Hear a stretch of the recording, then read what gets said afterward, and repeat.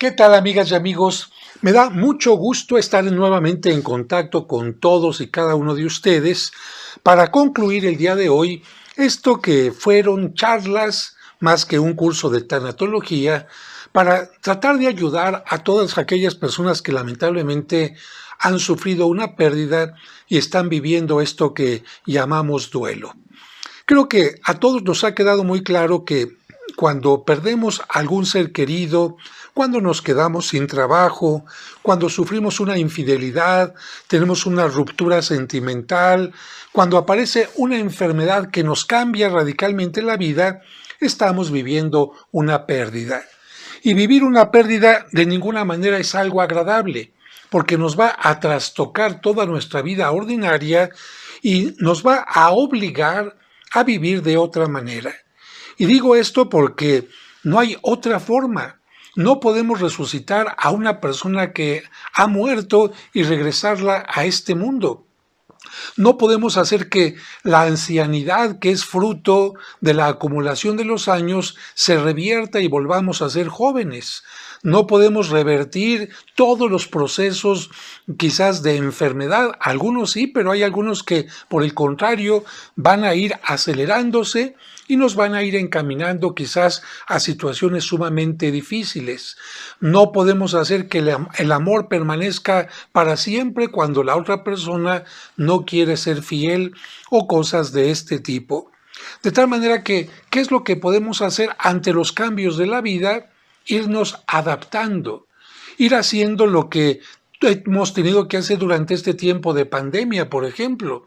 No pudimos salir, nos vamos adaptando y utilizamos estos elementos de transmisiones a distancia. Vemos la transmisión de la Santa Misa a distancia, seguimos las clases de la escuela a distancia y muchas otras cosas más. Ciertamente no es lo mismo. Ciertamente nos ha costado trabajo y nos ha costado también dolor, pero ¿qué crees? Lo vamos logrando. Y precisamente esto es lo que nos dice la tanatología. Vamos a pasar por distintas etapas, pero después de haberlas pasado, después de haberlas madurado, después de haber aceptado la situación, vamos a salir adelante. Por eso las etapas, la mayoría de los tanatólogos nos dicen que la primera es la negación. No acepto lo que pasó, no acepto que tengo cáncer, no acepto que tengo diabetes, no acepto que se rompió la relación, no acepto que murió tal persona. Sí, pero el no aceptar, el cerrar los ojos a la realidad, no es lo correcto.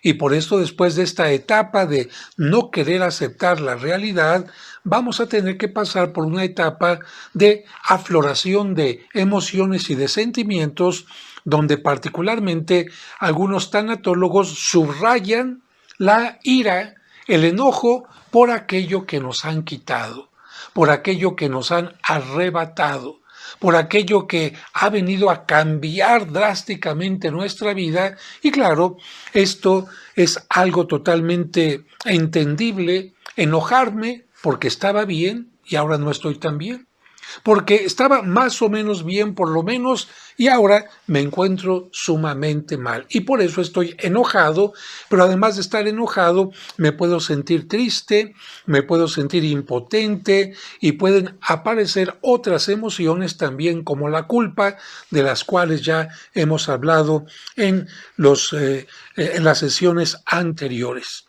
Después de esta etapa de ira, decíamos que vendría una etapa de depresión de la cual también ya hablamos y distinguimos entre depresión psicológica y depresión psiquiátrica, así como distinguimos también en su momento entre una culpa neurótica y una culpa normal. De tal manera que hay que atender cada una de estas situaciones en una forma totalmente distinta. Y hoy yo quisiera hablar de aquello que les había dicho de cuando se nos sube el muerto. Claro, esto no es un elemento de tipo psicológico, lo que estoy diciendo de que se me sube el muerto, ni tampoco se trata de un tema de parapsicología, en donde se hablan de apariciones y cosas de este tipo, sino más bien esto tiene que ver con el lenguaje popular que se maneja en algunos lugares de México y creo que también en otras partes de Latinoamérica. ¿A qué se refiere la gente cuando dice que se le sube el muerto? Sobre todo si eres alguien que no tienes, digamos, cercanía con este dicho. Mira, es frecuente que la gente diga de repente, ay comadre, ay compadre, fíjese que anoche tuve una experiencia muy desagradable que me llenó de mucho miedo. ¿Qué es lo que pasó? Estaba a punto de dormirme, o bien, fíjate, esto es muy importante, a punto de dormirme, o bien estaba ya a punto de despertar y sentí que se me subió el muerto. A ver, y le pregunta a alguien, ¿cómo que se le subió el muerto? Sí, es que yo estaba acostado, acostada. Esto es muy interesante, porque qué curioso que los muertos, vamos a decir entre comillas, solamente se les suban a la gente cuando está acostada. Uno preguntaría, oiga comadre, ¿y por qué no se le subió el muerto cuando estaba usted caminando? ¿Y por qué no se le subió el muerto cuando usted está guisando o cuando está en el mercado o cuando está en el jardín? ¿Por qué forzosamente los muertos tienen cita, entre comillas, con los vivos cuando están acostados, cuando están a punto de dormirse o a punto de despertar? Pero a ver, dígame usted, ¿qué es lo que sintió? Bueno, es que le digo que se me subió porque sentí que tenía a alguien arriba. A ver, ¿y dónde sintió el peso? ¿En las piernas? ¿Sintió el peso en los brazos? ¿Sintió el peso en la cabeza? No, no, no, pero aquí en el pecho. Aquí en el pecho es donde sentí que me estaban apretando, que estaba alguien encima de mí y me estaba apretando. ¿Y qué más? Pues es que como me estaba apretando precisamente el muerto, y yo digo, como si los muertos pesaran. Cuando se nos sube un cuerpo, bueno, evidentemente que sentimos el peso, pero los espíritus pesan. Voy dejando algunos interrogantes, pero continúo con esto. ¿Qué pasó después? Bueno, lo que pasó es que sentí que me faltaba aire. Y me puse tan nervioso y todo que empezaron a sudarme las manos y sentí como que mi corazón no palpitaba en una forma adecuada y como que quería reaccionar y no podía y sentí como que se me paralizaban un poquito las piernas. Muy bien, voy a tomar un poquito de agua, disculpe.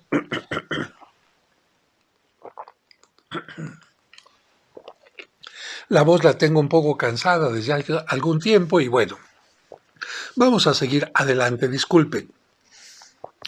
Entonces, esta parte de se me subió el muerto es muy popular en ciertos sectores, en ciertos niveles económicos de México, pero es muy constante.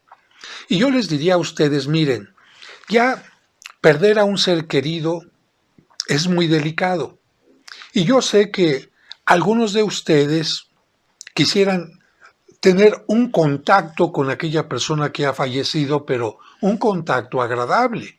Claro, a todo mundo le gustaría soñar con la persona que falleció y que la persona que falleció le diga, estoy tranquilo, estoy tranquila, no te preocupes, ya pasé la etapa del purgatorio, ya olvidé toda rencilla, ya olvidé ese problema que teníamos tú y yo, te perdono o te pido perdón por aquello que hubo entre nosotros. Es decir, nos gustaría tener un encuentro con el difunto que nos deje en paz, especialmente aquella gente que tenía problemas o dudas con la persona que falleció, en el caso de pérdidas por un difunto. Pero, pues lamentablemente nuestros sueños no se cumplen así. ¿Por qué? Porque, en primer lugar, Dios no permite que los difuntos, es el pensamiento cristiano, vengan a la tierra a capricho, que vengan a la tierra a espantar o que vengan a la tierra a dar una respuesta a las preguntas que tenemos todos los que quedamos vivos, ¿no? Dios dice, terminaste tu etapa, la gente que se quedó en la tierra tiene que continuar adelante y ya tendrán que continuar adelante sin ti, llevándote en la mente, en el corazón, pero ya no necesitan de ti. De lo contrario, Dios permitiría esto que le llaman algunos sesiones espiritistas, donde la gente se reúne e invocan a un muerto y le empiezan a preguntar al muerto cómo se siente y qué pasó y dónde dejó las llaves de no sé qué y cuál es la clave de no sé cuál cosa. Esto, incluso en la Sagrada Escritura, está prohibido.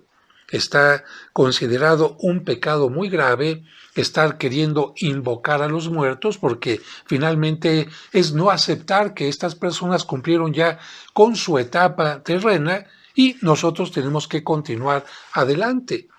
Además, se consideran también un riesgo. ¿Por qué?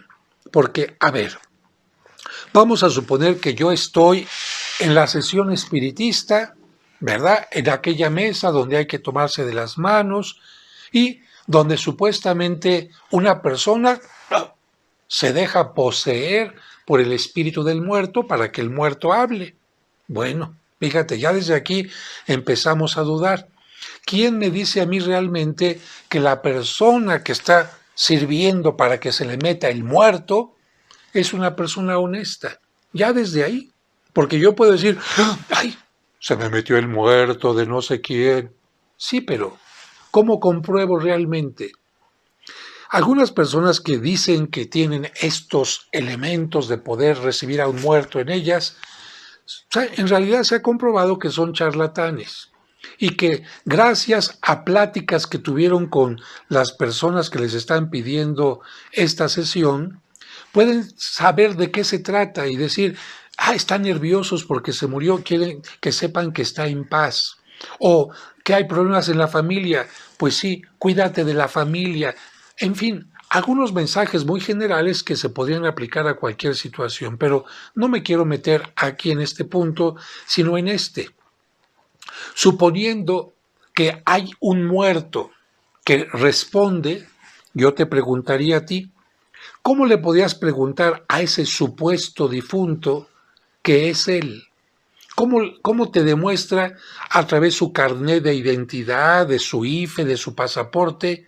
No lo puedes saber. Entonces, aquí algunos exorcistas dicen que bajo estas circunstancias hay espíritus malignos que se pueden aprovechar de la situación y decir que son tu difunto, que son tu muerto. ¿Para qué? Para engañarte, para empezarte a alejar de el creer en Dios, el creer en la vida eterna, el creer en el perdón de los pecados del difunto, el creer que nuestros difuntos ya están en la presencia de Dios y llevarte a situaciones que el demonio puede aprovechar incluso para llegar a poseerte. Por esto, yo en este caso respeto si tú crees en estas sesiones espiritistas, si no eres católico, si tienes otro tipo de credo, yo respeto tus principios, tus credos. Sin embargo, desde mi punto de vista, también doy el punto de vista católico y te digo que la Biblia dice que las sesiones espiritistas están equivocadas y la experiencia de algunos exorcistas dicen también que lamentablemente algunas personas han llegado incluso a tener influencias o posesiones por haber asistido a una reunión en donde no era el difunto el que tenía comunicación, sino era algún ente maligno. Así que cuidado con este tipo de cosas. Pero vamos a continuar adelante en esto que te estaba comentando. Si además de tener el fallecimiento de un ser querido, ya tengo un sufrimiento, le añado yo que a lo mejor por una de estas sesiones espiritistas, el difunto está enojado, está molesto, quiere hacerme algún daño, fíjate, a mi preocupación por la muerte y a mi dolor le voy a añadir este miedo de que el difunto se fue enojado y quiere castigarme, quiere hacerme daño o incluso quiere llevarme con él. O vamos a suponer que yo no tenía ningún problema con la persona que falleció, pero claro, estoy dormido, dormida y de repente siento que se me sube el muerto. ¿Yo qué pienso? ¡Ay! No me está haciendo algo agradable. No se viene a presentar en un sueño, en una aparición bonita donde yo diga, qué bueno estoy viendo a mi difunto. No, viene en esta situación de, ay, siento que está encima de mí, me está quitando el aire, me quiere llevar. Fíjate, el momento de sufrimiento por la pérdida, le añado el miedo a esto, me quiere llevar el muerto, se está vengando de algo, en lugar de convertir la etapa de duelo en algo más fácil de llevar, la voy a convertir en un problema grave. Porque no faltan personas también que digan, si el muerto se le subió, comadre, ¿qué tiene que hacer usted? Vaya con un santero, vaya con un espiritista para que el muerto le diga qué es lo que quiere. Y claro, algunos falsos hombres, mujeres que dicen tener contacto con los difuntos, le van a empezar a sacar dinero, que porque el difunto no está contento, que porque el difunto tiene una manda que pagar, que porque el difunto tiene quién sabe qué, y tiene que venir acá para que le saquemos al difunto, para que hagamos esto o aquello. Y en el fondo, el duelo se convierte en algo totalmente ajeno a lo que tendría que ser, porque estamos llenándolo de, lamentablemente, de creencias en muertos, en supersticiones, en brujerías, en hechicerías, y esto no es correcto. ¿Qué es esto entonces de que se me sube el muerto a nivel psicológico? A nivel, vamos a decir, de el duelo que se está viviendo. Mira, yo te voy a poner este ejemplo antes de ir a mi libro en el que hoy voy a casi literalmente leer los puntos para no desviarme del tema. Yo te voy a decir que hay cosas que tenemos en la mente y que las podemos convertir en algo corporal. Fíjate, convertir algo mental, un pensamiento, en algo que forme parte de mi cuerpo, en algo físico. Y te puedo poner un ejemplo cuando un muchacho que es bastante tímido ve que se le viene acercando la muchacha que le gusta, nunca se le ha acercado, pero ve que se le acerca a la muchacha y en una forma quizás sonriente, por qué no decir hasta provocativa, coqueteándole.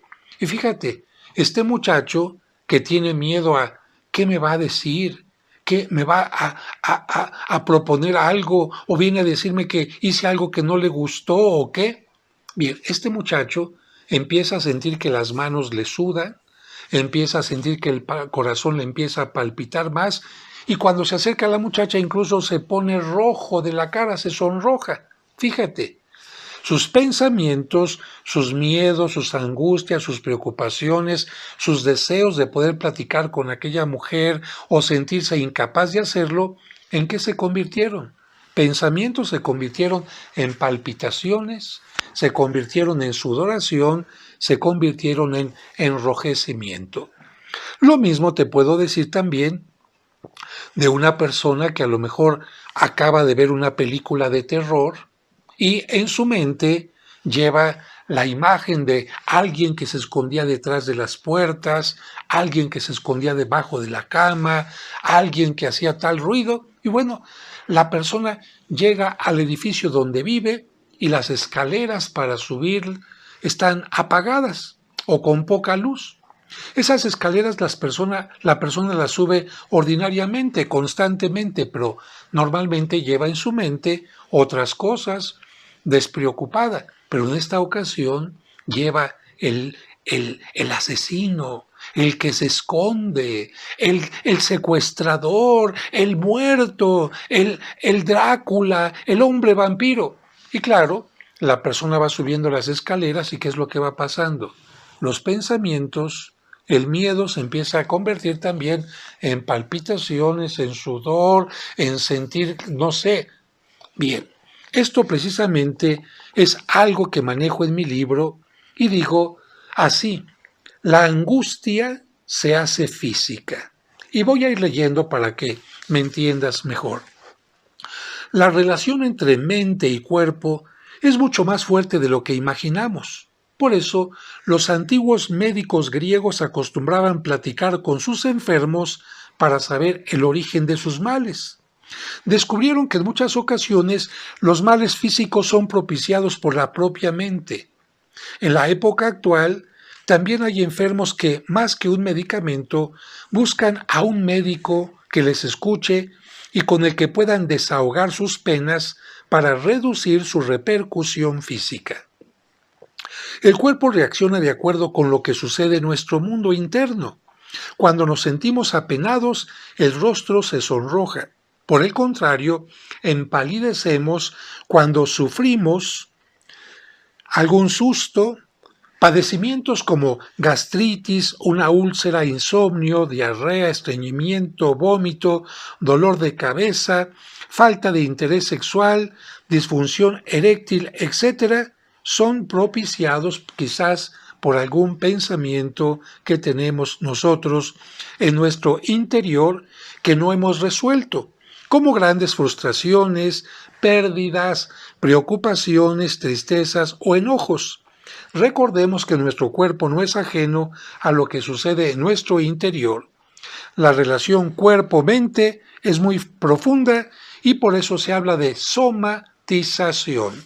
La palabra soma es una palabra de origen griego que significa cuerpo y somatización significa que lo que tengo en mi mente lo puedo transferir a mi cuerpo y de hecho muchos médicos dicen incluso que algunos cánceres son producto de frustraciones, deseos de venganza y otras cosas más.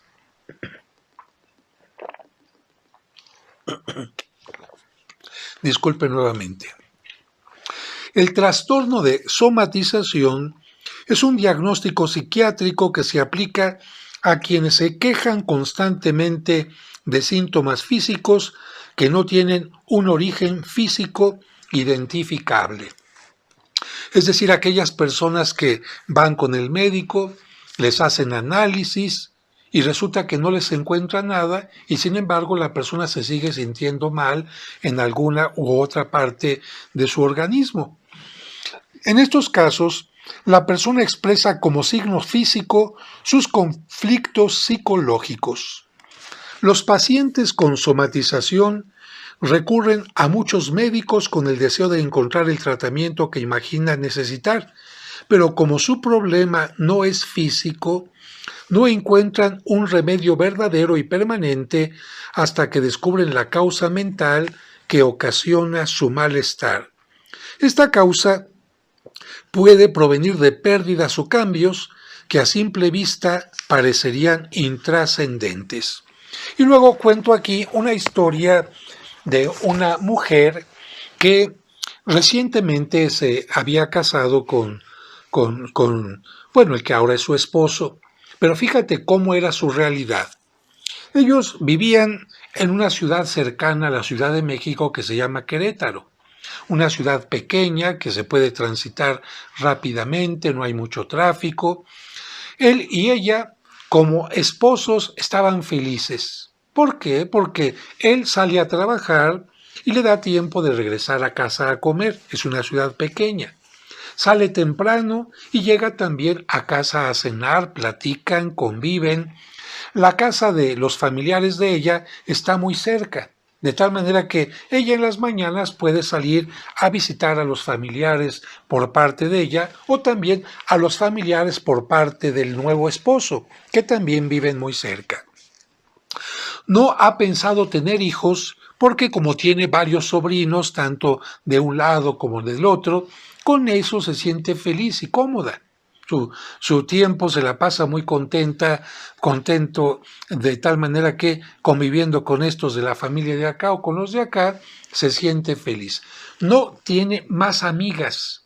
Ya desde aquí empezamos bien a ver algo interesante. Como es una familia muy cercana, entonces siente que no tiene la necesidad de tener más amistades. Bien. Hasta aquí las cosas bien.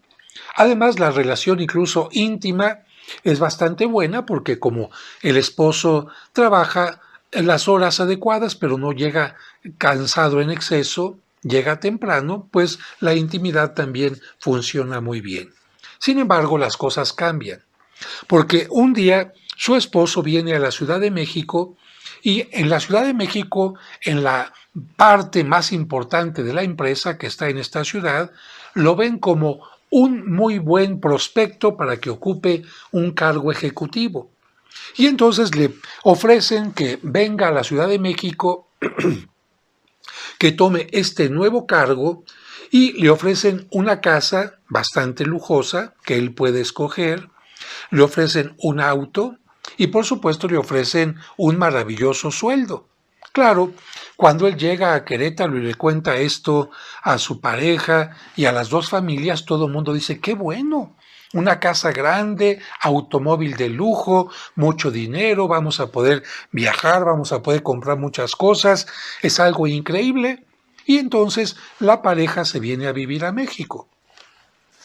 ¿Qué es lo que sucede? En las primeras semanas, esta mujer está ocupada buscando la casa donde van a vivir, para acá, para acá, para allá. Su mente está ocupada. ¿Qué más? Bueno, también hay que amueblar la casa. Entonces se la pasa yendo a comprar un mueble, los libreros, el refrigerador, todo esto que además a muchas mujeres les encanta, ¿no? Ir de compras. Así pasan, vamos a decir, las primeras semanas. Pero también las cosas empezaron a cambiar. Claro, ella no se dio mucho cuenta porque andaba de compras para acá y para acá y para allá. Y las mujeres, algunas de ellas, cuando andan de compras, el tiempo se les va volando y sobre todo cuando hay dinero para comprar lo que uno quiere. ¿Qué es lo que ha pasado? Que como la ciudad es muy grande, a él ya no le da tiempo de venir a comer a la casa. Y en la noche, como la ciudad es muy grande, tarda también en regresar a casa, el tráfico y lo pesado del día hacen que llegue un poco más cansado y ya no platique o tenga que llegar a casa y tratar algunos asuntos todavía del trabajo y la intimidad empieza a mermar. Otra cosa también es que de repente ya no llega a la hora normal porque lo invitaron a una cena con los directivos, con los ejecutivos y le piden que lleve a la esposa. Pero como la esposa no está acostumbrada a esta socialización, le pide que no, que la disculpe y entonces él llega todavía más tarde. Fíjate, y no convive entonces con la esposa como antes convivía. La esposa ya tiene arreglada toda la casa, todos los muebles, y los días empiezan entonces a ser muy monótonos. Se levanta, él se va a trabajar y todo el día la esposa ahí en la casa. Ya arregló la sala, ya arregló el comedor, ya arregló esto, ya no necesita comprar nada más.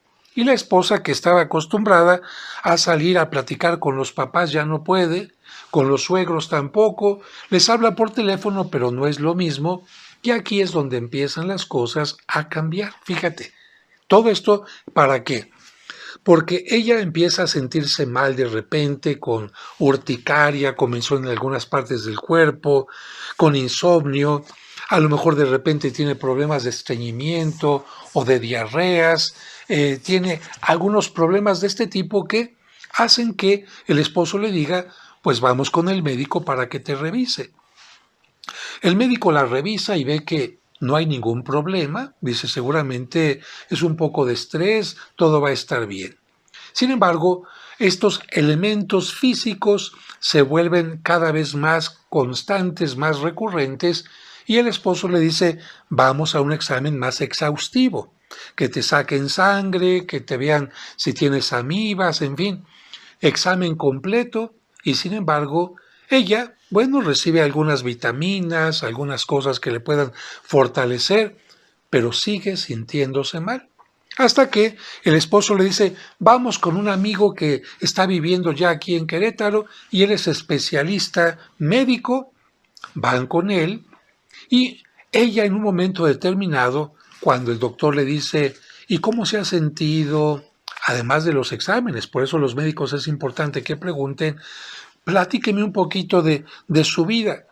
Y ella en un momento determinado dice, ay, si las cosas no hubieran cambiado. Fíjate, esto para el médico que también era tanatólogo es la señal que le indica que aquí hubo pérdida. ¿Por qué? Porque cuando decimos la palabra algo cambió, Puede ser a favor, por supuesto, pero también puede ser a algo en contra. Como por ejemplo, antes tenía pareja, ya no la tengo. Antes vivía mi familiar, ya no vive. Antes no tenía cáncer, ahora ya tengo. En fin, algo cambió. Y este hombre que era tanatólogo le dice que le platique su situación y ella le empieza a platicar todo esto que te comento. Es que ya no puedo visitar a mis familiares, ya no están cerca de aquí, es que ya no tengo todo el tiempo que tenía con mi esposo, ya no tenemos tanta intimidad, ya me siento ajena en una ciudad que no es la mía, en fin.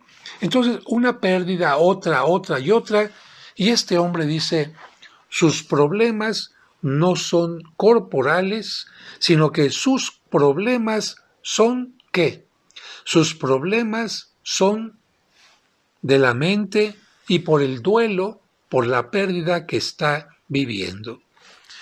De tal manera que este ejemplo nos muestra a nosotros cómo algunas personas, cuando sufren una pérdida, como parte del duelo también pueden tener algunos trastornos de tipo corporal que se llaman trastornos psicosomáticos porque comenzaron por me siento solo, me siento triste, me siento enojado, me siento impotente, me siento culpable, echo culpas, no me siento bien, porque la vida me trata así, porque Dios no me hizo caso, porque no pude controlar esto. Todos estos pensamientos que ya hemos dicho que provocan un gran cóctel como si fuera una gran bebida, o bien que pican nuestra vida como si fuera un balón que se desinfla y que provocan depresión, también pueden provocar otro tipo de problemas como el de esta mujer que vivía en Querétaro y que ahora vive ya en la Ciudad de México. Y el tanatólogo le tuvo que decir, mire, hay varias opciones. Yo creo que la que usted quisiera es regresar todo a como estaba antes, que se regresen a Querétaro. Pero las cosas ya no van a ser igual porque su esposo, en primer lugar, a lo mejor no aceptaría, porque usted le está quitando una oportunidad maravillosa, un buen salario, él se está desarrollando, puede crecer en su vida profesional, en fin. Así que si regresan, a lo mejor él se va a sentir molesto, le va a empezar a echar culpas de no poderse desarrollar, etcétera. Usted se va a sentir culpable, a lo mejor la relación se deteriora. Claro, podría también funcionar si él acepta, pero si no, aquí hay un problema grave. ¿Qué otra cosa puede hacer?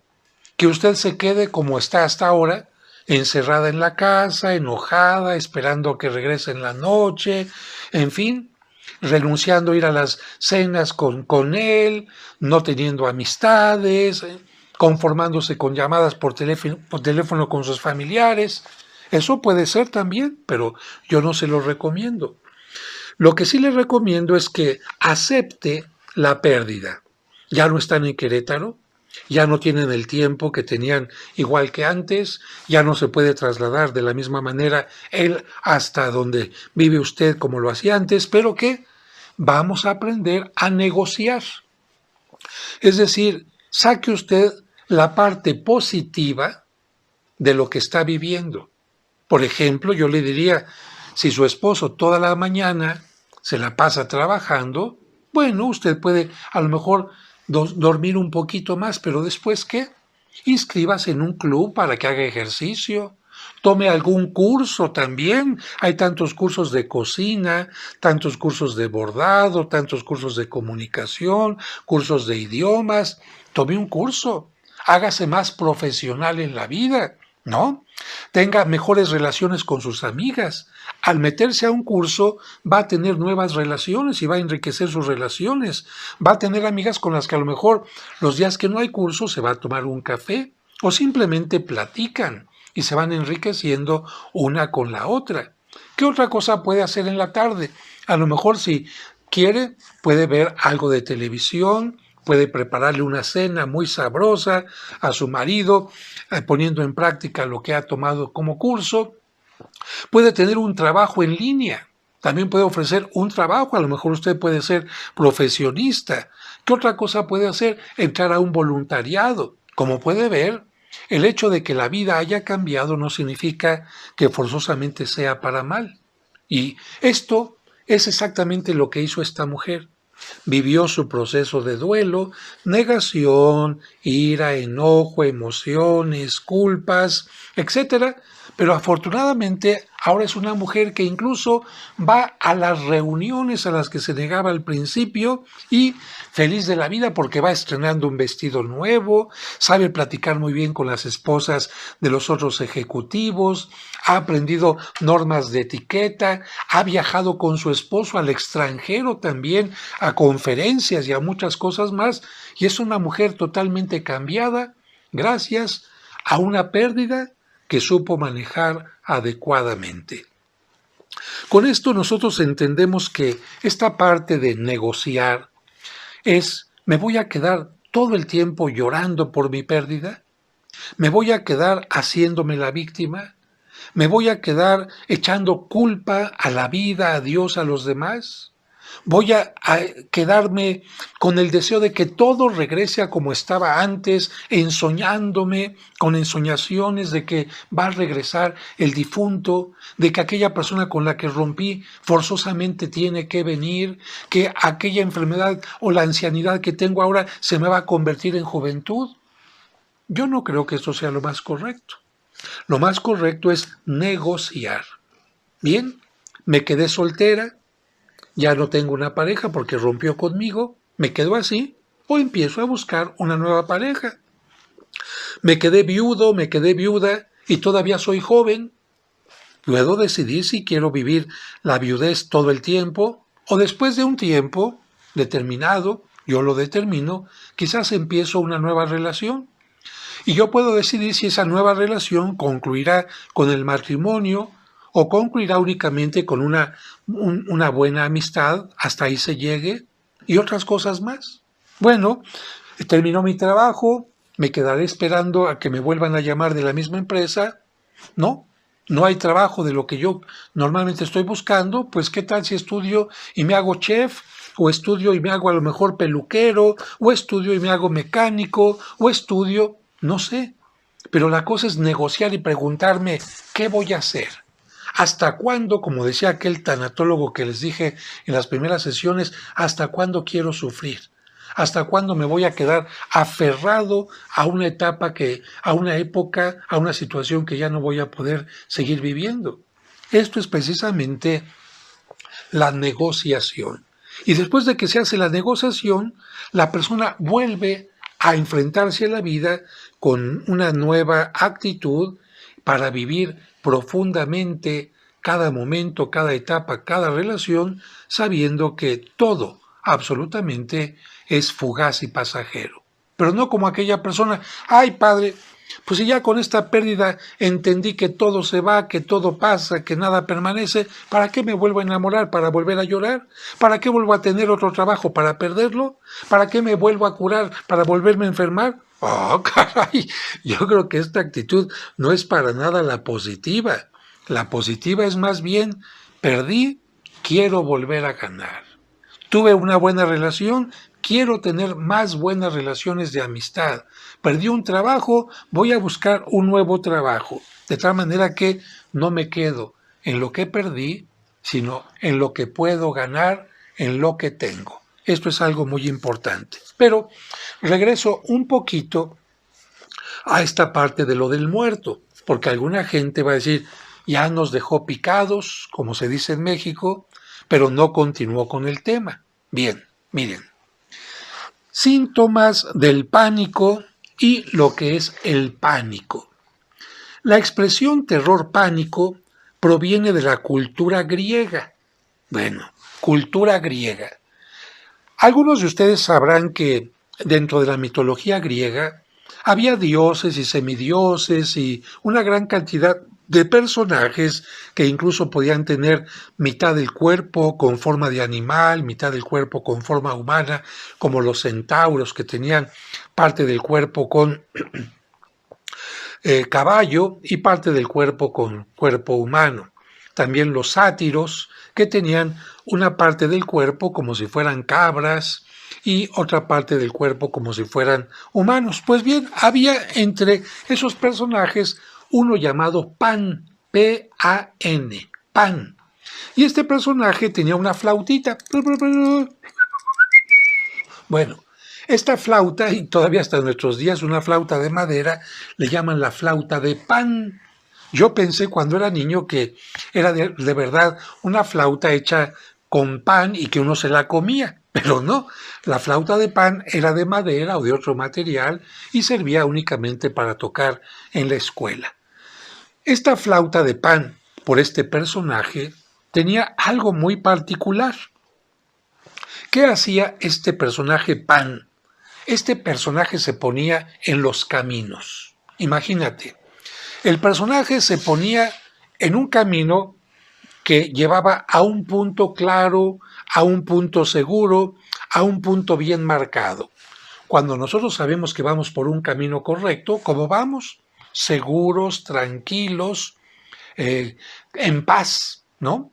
Tú sabes a dónde vas, llevas el mapa, están las indicaciones, vas tranquilo. Ahora imagínate tú que vas por la carretera y de repente ese camino que decía que iba para Acapulco o para Barcelona o para donde tú quieras, bueno, este camino de repente se convierte en tres, uno a la derecha, uno de frente, uno a la izquierda. Y no existe ningún letrero, ninguna indicación que diga si va para Acapulco, váyase para acá, o siga de frente, o siga para allá. No hay ninguna indicación. ¿Qué es lo que te pasa si estás en la carretera y no hay ningún letrero, ninguna indicación, ninguna persona a quien preguntarle? Lo que empieza a suceder en tu mente es la duda. ¿Para dónde me voy? Si voy a la derecha y resulta que era de frente, me voy a perder, o voy a perder tiempo, o voy a llegar a un lugar al que no quiero.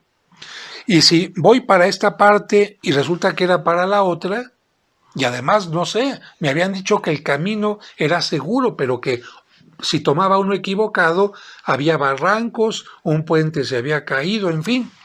Entonces, todo esto, ¿qué es lo que va a propiciar?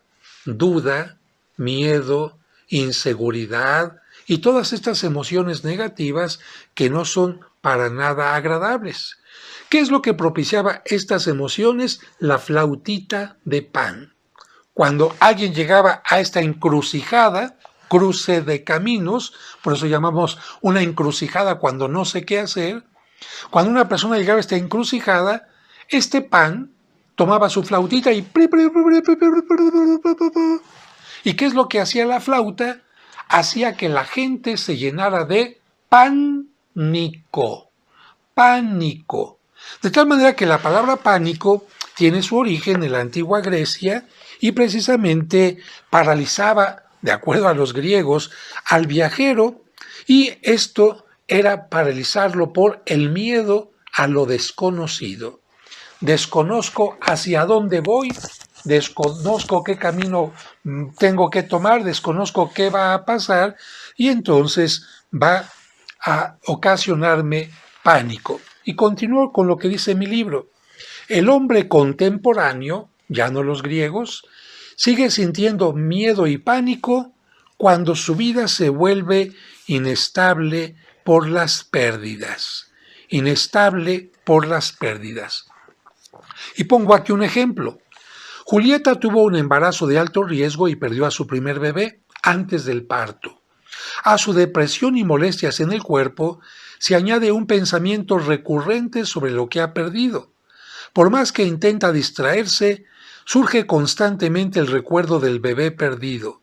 Hasta el más mínimo detalle le hace pensar en él. No puede concentrarse en otras cosas ni conciliar el sueño. Julieta se siente mal en su trabajo porque no pone atención en lo que hace ni ofrece la mejor calidad. Quienes conviven con ella tienen la impresión de que está en otro mundo y no reacciona rápidamente a lo que le dicen. La falta de horas de sueño la debilitan y esto complica sus labores. Julieta se siente muy mal por el bebé perdido. La depresión, molestias corporales, el recuerdo constante, pocas horas de sueño y falta de concentración. Todo esto le hace sentir que nunca podrá salir de su situación y desemboca en una inminente sensación de pérdida de control que parece superar su voluntad. Ella siente, no puedo controlar lo que me está sucediendo, no lo puedo controlar.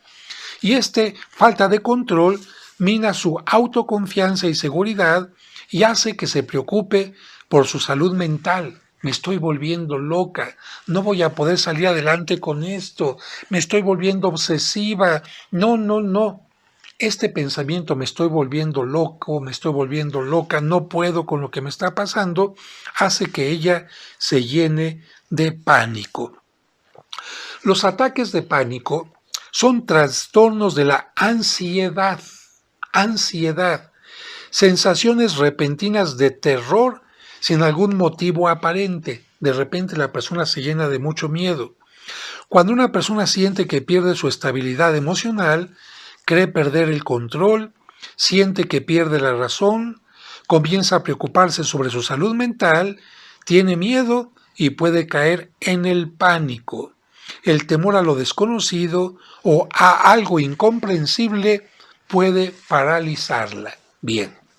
Ahora, ¿cuáles son los síntomas del pánico? Te los voy a decir en un momento para que descubras si has tenido pánico en algún momento en esta etapa que estás viviendo de duelo, o si los vas a tener, que los sepas también identificar, pero también te voy a decir en qué momento especialmente aparecen.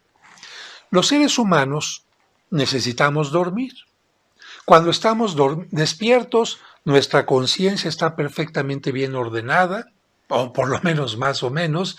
Tenemos nuestros cajoncitos de archivo, estos son mis miedos, estos son mis tristezas, sé que esto existe, las personas, sé que las sirenas no existen, sé que los centauros no existen, sé que el personaje de la película no existe, sé que cuál es mi presente, el que estoy viviendo, todo está perfectamente en archivos aquí.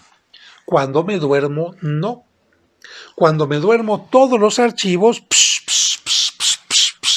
se salen y se revuelven. Se revuelve mi pasado con mi presente, se revuelve mi realidad con mis sueños, se me meten los miedos, se me meten mis angustias, se me meten mis ensoñaciones, mis placeres sexuales, mis frustraciones, todo. Por eso es que de repente en nuestros sueños nos vemos de chiquitos, de adultos, nos regresamos al pasado, sentimos que un miedo se convierte en un monstruo, sentimos que otro miedo se convierte en que nos estamos cayendo en un precipicio, o sentimos que volamos porque estamos liberándonos de algún miedo. Todo el desastre que tenemos aquí porque los archivos se mezclaron no es cosa nuestra, no es un deseo que queramos soñar eso. De hecho, nosotros no soñamos lo que queremos, sino todo lo que está en nuestra mente constantemente. Por eso se dice que para interpretar los sueños se necesita que cada uno de nosotros nos preguntemos cuáles son nuestros miedos, ¿no? ¿Cuáles son nuestras angustias? Y hay cosas que pueden tener alguna relación, por ejemplo, si estoy en una playa con mis amigos, con algo bonito y de repente llega una ola y se lleva todo, pues ese es un miedo a a perder lo que tengo, ¿no? O también cuando sueño que voy cayendo y no hay nada que me detenga, bueno, ese es un miedo también a que ante alguna situación no esté yo seguro de que alguien me vaya a poder apoyar y cosas de este tipo. Pero bueno, no me detengo en esto porque me estoy alejando del punto central. Generalmente nos acordamos únicamente de lo que estamos soñando cuando empezamos a dormir o cuando vamos a despertar. Nuestros sueños en la parte más profunda no los recordamos. No los recordamos. Nos acordamos de aquello que estábamos soñando cuando vamos empezando o cuando vamos a despertar. Y a veces despertamos y se nos olvidó el sueño. ¿Qué estaba soñando? ¿Qué estaba soñando? Bueno, así es nuestra forma de soñar. Y cuando estamos a punto de despertar o apenas durmiendo, nuestro cerebro a veces confunde la realidad con nuestro sueño. Por eso a veces pensamos que oímos un sonido en nuestro sueño y de repente vemos que es el despertador. Y fíjate, estábamos ya oyendo en realidad el despertador, pero nosotros, como estábamos medio dormidos todavía, metimos ese sonido a nuestro sueño. Una mezcla entre estar despierto y estar dormido. O bien también cuando estamos a punto de dormirnos sucede lo mismo. Y otro punto para que entiendas lo siguiente es que cuando despertamos, nuestro cerebro reacciona rápido, pero no siempre nuestros órganos. Por ejemplo, nuestro cerebro puede decir, mueve la mano, pero nuestra mano como que está un poco más lenta y la quiero mover y no se mueve. Fíjate, ¿me entiendes? Pueden ser centésimas, milésimas de segundo, pero si el cerebro manda la orden a mi mano, muévete, y mi mano no se mueve, yo puedo sentir en estar medio despierto, medio dormido, que mi mano se ha paralizado y no me está obedeciendo. De hecho, no sé si les ha pasado que de repente se despiertan y quieren mover algo y como que no pueden. Bueno, es porque estamos en esta etapa que muchos le llaman vigilia, entre estar despierto y estar dormido. Y es exactamente en este momento cuando estamos despiertos y nos empezamos a dormir, o bien cuando estamos dormidos y nos vamos a despertar, cuando podemos tener algún síntoma de pánico. ¿Cuáles son los síntomas de pánico? El ataque de pánico se puede definir como una aparición temporal, dura un momento, y aislada de miedo o malestar intensos. Suele estar acompañada de 4 o más de los siguientes síntomas. Así que puede tener 4 de estos o puede tener más. ¿Cuáles son los síntomas? Opresión o dolor en el pecho. Siento que me están oprimiendo el pecho. O dolor en el pecho. O taquicardias, cambia un poquito según mi concepto mi latido de corazón. Respiración forzada, como que de repente no puedo respirar. Arrítmica, como que mi respiración también cambia un poquito de ritmo. Apresurada, como que... o con síntomas de ahogo o atragantamiento. Fíjate, esto ya te lleva a pensar en que se te subió el muerto. Estabas medio acostado, medio dormido, y de repente dijimos una opresión, después como que no puedo respirar, la taquicardia, me despierto de esta manera, empiezo a pensar que es un muerto, y entonces empiezo a desviar los síntomas a una parte de brujería, de magia, de ya vino el muerto, se quiere vengar, en lugar de entender estos son síntomas psicológicos que indican he estado muy preocupado, tengo miedo, tengo angustia, no sé qué va a pasar después de esta pérdida. ¿Me entiendes la gran diferencia de creer en que se subió el muerto a tomar esto como elementos totalmente normales ante una pérdida? Pero hay otros elementos que le voy a continuar. Mareos, náuseas, vómitos, descenso de temperatura de las extremidades, temblores, escalofríos o, por el contrario, se te enfriaron los pies, ¡ay, me están jalando los pies el difunto! O bien, sudoración, lo contrario, un cambio en el termostato del cuerpo, estremecimientos y hormigueo en manos o pies, contracciones musculares, sequedad en la boca, se te secó la boca o en el paladar, sensibilidad a la luz, de repente como que vi como chispitas o algo nublado, dificultad para hablar o para comunicarse. El pánico puede ser que la persona sienta miedo a la muerte, siente me estoy muriendo, algo me está pasando, y tenga la sensación de que ella misma o su entorno no son reales, como si estuviera viviendo un sueño, y tenga el deseo de escapar del lugar, del momento y de la situación en los que se está produciendo esta crisis. Bueno, aquí en el libro menciono, no te alarmes, el pánico es normal, es pasajero. Si lo has vivido, es normal. Si te toca vivirlo más adelante, es normal, es pasajero, y no pienses que necesitas forzosamente de estar acompañado de alguien todo el tiempo para que esto no se presente.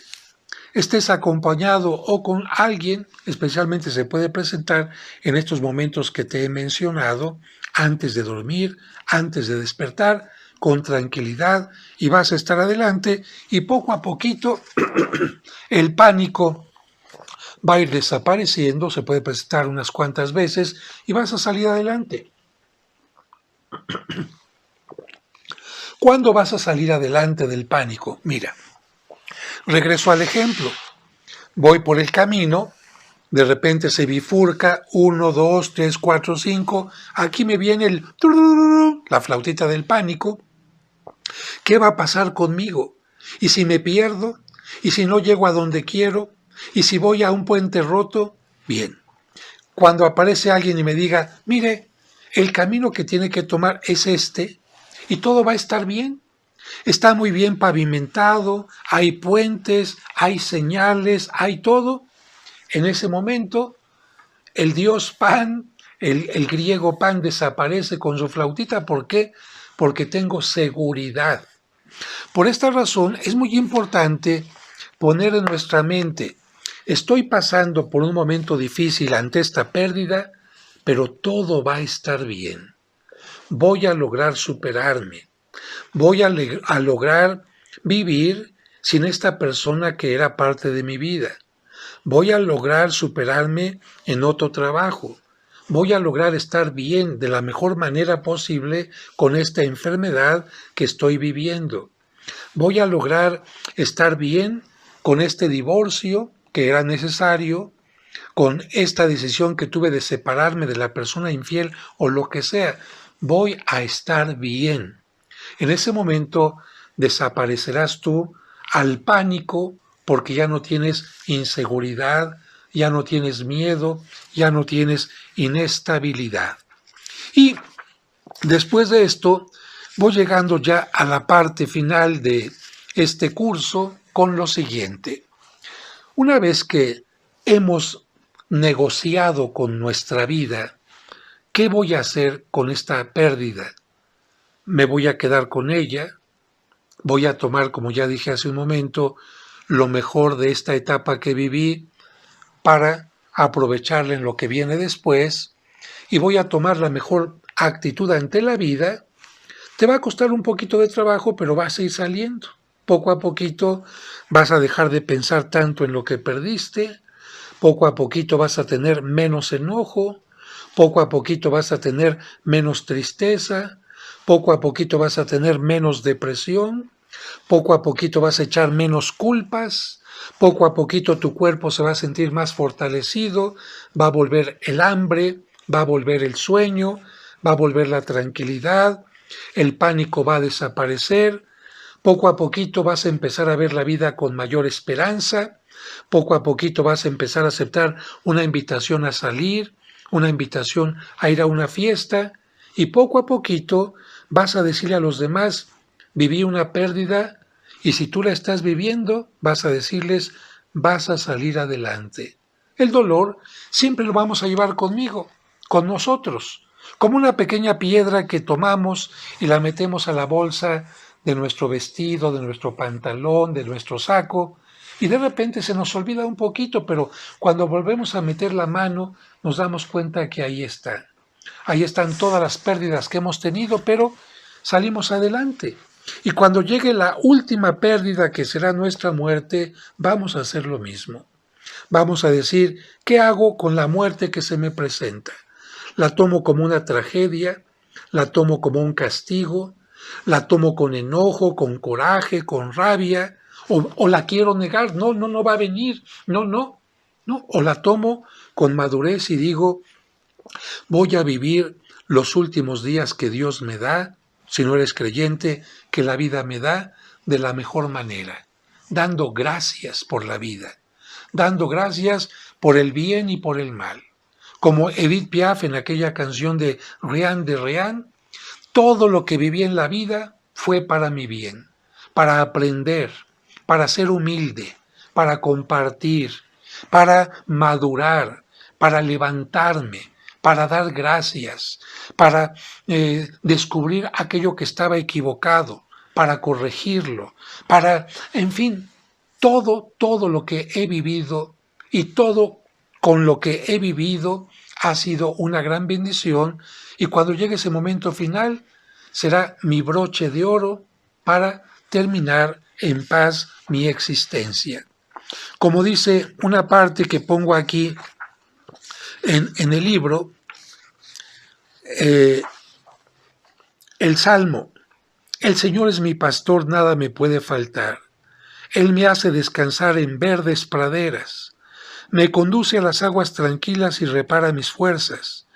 Me guía por el recto sendero por amor de su nombre. Aunque cruce por obscuras quebradas o cañadas, no temeré ningún mal porque tú estás conmigo. Tu vara y tu bastón me infunden confianza. Tú preparas ante mí una mesa frente a mis enemigos, unges con óleo a mi cabeza y mi copa rebosa. Tu bondad y tu gracia me acompañan a lo largo de mi vida, y habitaré en la casa del Señor por muy largo tiempo. Esto es del Salmo 23. Y también tengo esta otra reflexión. Muy cerca de mi ocaso es de Amado Nervo. Yo te bendigo, vida, porque nunca me diste ni esperanza fallida, ni trabajos injustos, ni pena inmerecida, porque veo al final de mi rudo camino que yo fui el arquitecto de mi propio destino, que si extraje la miel o la hiel de las cosas, fue porque en ellas puse hiel o mieles sabrosas. Cuando planté rosales, coseché siempre rosas. Cierto, a mis lozanías va a seguir el invierno, mas tú no me dijiste que en mayo fuese eterno. Hallé sin duda largas las noches de mis penas, mas no me prometiste tan solo noches buenas, y en cambio tuve algunas santamente serenas. Amé, fui amado, el sol acarició mi faz. Vida, nada te debo. Vida, estamos en paz. Así debe de ser nuestra acción de gracias cuando vaya terminando nuestra existencia, y también la de aquellos que se fueron, decir: Dios mío, gracias por el tiempo que estuvieron conmigo. No me fijo en que se fueron, pongo la atención en que estuvieron conmigo. Y para quitar mi enojo, qué distinto esto. Si yo tengo un helado y alguien llega y me lo quita, me voy a enojar. Pero si yo veo que alguien quiere el helado y se lo doy, no voy a tener enojo. Por el contrario, voy a tener un gusto. Bueno, qué distinto si tú piensas que la vida o que Dios te quitó a tu ser querido, porque eso va a permanecer como enojo todo el tiempo. Me lo quitaron, me lo quitaron. ¿Qué va a pasar si tú dices: a mi ser querido, Dios mío, te lo entrego? Fíjate, qué distinto. Ya no es el enojo, me lo quitaron. Ahora es: Dios mío, te lo entrego. ¿Sabes qué produce esto? Va a producir en ti paz, va a producir en ti aceptación, va a producir en ti un mayor crecimiento espiritual, y además la alegría de saber que tu difunto no fue arrebatado. Dios lo llevó a su presencia para darle lo que ni tú ni yo le podemos dar. Porque tú y yo, ¿qué le podíamos dar a nuestro difunto? Si somos limitados, le dábamos nuestras limitaciones. Momentos bonitos, pero también enojos. Momentos bonitos, pero también reclamos. Momentos bonitos, pero también diferencias. Momentos bonitos, pero también gritos. Fíjate. Así que, si Dios se los ha llevado para darles no cosas limitadas, sino todo lo mejor, ¿por qué entonces no tener esa paz y decirle al Señor: Señor, te lo entrego? Y finalmente, disculpen, la garganta se va acabando también. Finalmente, ¿es malo platicar de nuestros difuntos? No. No. Y les pongo este ejemplo.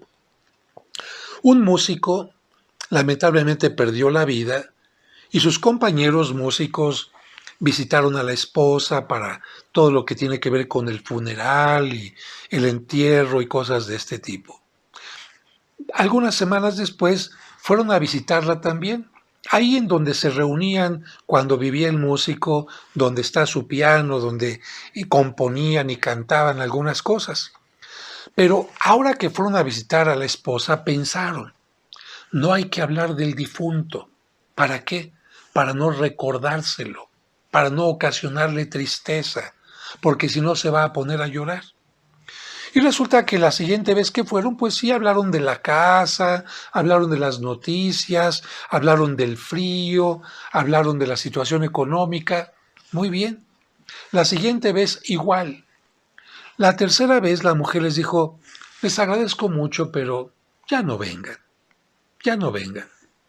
¿Qué es lo que aquella mujer les que estaba queriendo decir? Si hubieran venido y hubieran platicado quizás de mi marido, haciéndome sentir que todavía está vivo en su mente, en su corazón, las cosas serían distintas. Pero venir y hablar solamente de las noticias y de esto y de lo otro, alguna vez está bien, pero como una visita especial, no. Esta mujer, si pudiera, les hubiera dicho, qué distinto hubiera sido si alguno de ustedes hubiera sentado en el piano y me permite que cantemos alguna de las canciones que cantábamos con su esposo. A lo mejor ella se hubiera puesto a llorar un poquito, hubiera derramado una lágrima, pero sentiría que su esposo sigue vivo, no solamente en el pensamiento de ella, sino en lo de los demás. Y si ellos cuando la fueron a visitar, se acuerda cómo era su marido de bromista, y se acuerda aquella vez que compusimos aquella canción, y se acuerda aquello, esto es maravilloso. Si tú puedes en algún momento platicar con los demás de tus seres queridos y que ellos platiquen contigo, es hermoso. Porque no van a platicar únicamente del día en que se murió, que es el único día triste quizás, o de los pocos tristes. Van a hablar de tantas maravillas, de tantos momentos hermosos que vivieron, que van a decir, qué bueno, esto me demuestra que no necesito las cenizas, que no necesito ir al cementerio a cada rato para saber que mi familiar, mi ser querido, sigue viviendo. Así que en la medida de lo posible, platica de aquel ser tan maravilloso, tan importante, que se fue y que sigue estando presente en el corazón de aquella persona que tú conoces y que tanto quieres. Mi libro, El Camino del Amor, como les dije ya, se puede encontrar solamente en mi parroquia. Es un libro que en la primera parte tiene el curso de autoestima, que más adelante espero compartir con ustedes en sesiones como esta. Tiene también en la segunda parte el curso de tanatología, con los puntos que hemos visto aquí, un poco más profundos. Y también tiene un curso para educarse en valores. Este libro lo pueden solicitar por WhatsApp a estos teléfonos que aparecen aquí. Mandan un WhatsApp a cualquiera de estos teléfonos y les van a decir cómo hacer su depósito y lo van a poder recibir en cualquier parte de nuestro país, de México, a través de mensajería. Así que a través de mensajería.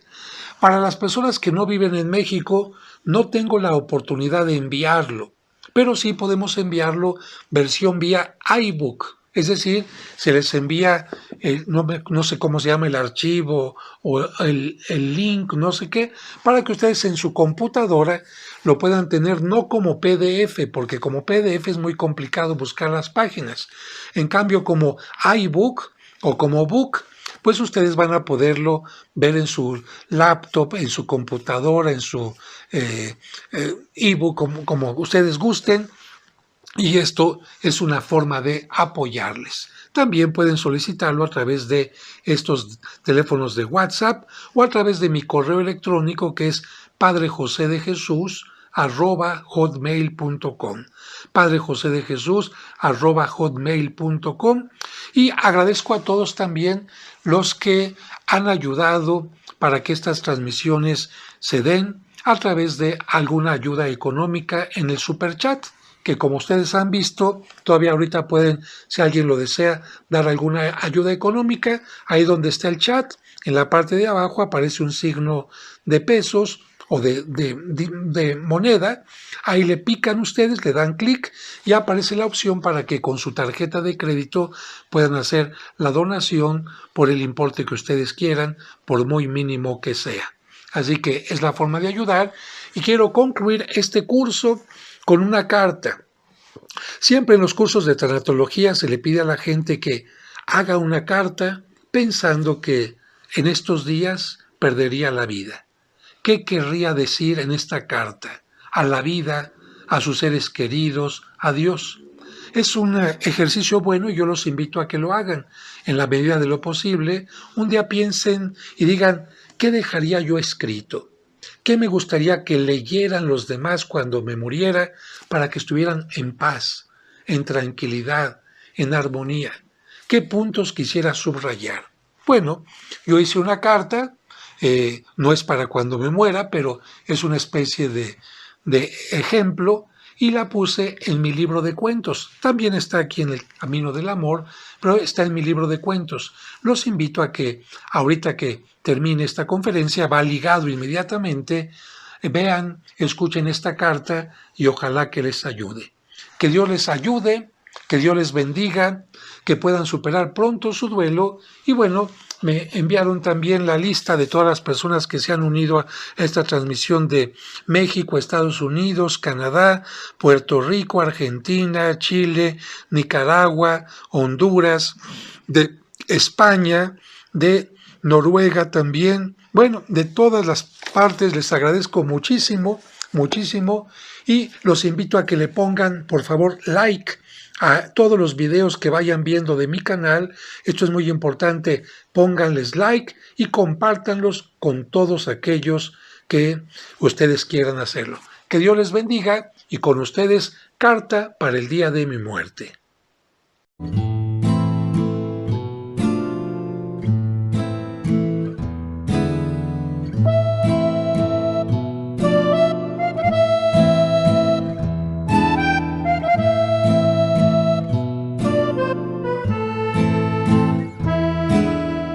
Cuando los enfermeros descubrieron que el cuentacuentos había muerto, cubrieron el rostro del recién fallecido y, entre las sábanas de su cama, encontraron una carta que decía lo siguiente: No sé quién seas ni cuándo leas esta carta.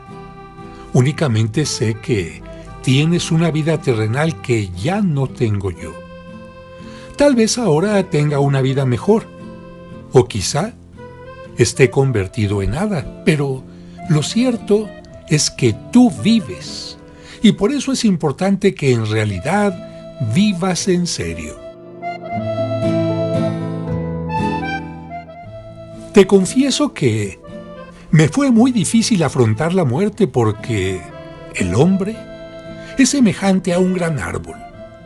Por una parte, siente que puede rozar el cielo con sus ramas, pero por otra, hunde cada vez más sus raíces. Así se desarrolló mi vida, tratando de alcanzar el cielo, pero sin que mis pies se despegaran en ningún momento de la tierra. Mi credo siempre me habló de un juicio final, y creo en esta verdad. Al final de tu vida tendrás un juicio. Como a mí me juzgaron los demás, también te juzgarán los otros por cuanto conocieron de ti, pero tú y yo sabemos de lo relativo de su apreciación, porque hay mucho de nosotros que los demás nunca podrán conocer, como nuestras motivaciones, miedos o ideales. Tú también te juzgarás, y sin poder negar los hechos, porque no podrás autoengañarte. Por lo tanto, el juicio que hagas de tu persona será el más importante. La muerte Es como un espejo en el cual se refleja cuánto fuimos en vida. Al morir, el juicio nos sentencia a la culpa o al reconocimiento, pero no hay peor castigo que no haber vivido conforme al ideal anhelado, ni mayor premio que vivir como se quiso. Por eso te invito a que tomes conciencia y te preguntes, ¿vivo como quiero? ¿Estoy satisfecho de cuanto he realizado? ¿Tengo buena relación con quienes me rodean? ¿He sido valiente para reconocer mis errores y tratar de evitarlos? ¿Me he dado a conocer? ¿He dedicado tiempo y esfuerzo a las cosas verdaderamente valiosas? ¿O vivo mi vida por caprichos y banalidades? Recuerda que tú eres muy importante porque estás formado por el polvo de miles de estrellas que, mezclado por la mano divina, ha dado por resultado el barro cósmico. Puedo decir que después de mi paso por la Tierra, el mundo ha cambiado en algo y no he sido un agujero negro más en el universo. Me he alimentado del tiempo, del sol, del aire, del agua, de la tierra y del amor. Pero dejé que también ellos se alimentaran de mí porque, a cambio de todo lo recibido, no podía dejar vacuidad en el mundo como un acto de ingratitud.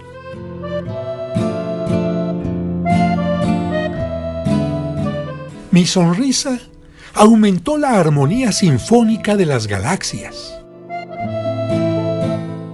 Mis lágrimas, aunque pequeñas, aumentaron la sal en el mar.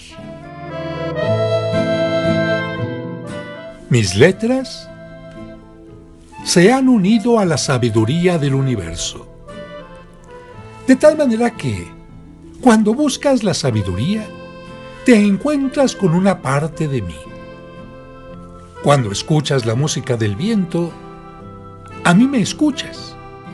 Y cuando el mar te baña, sus olas te acarician con mis lágrimas.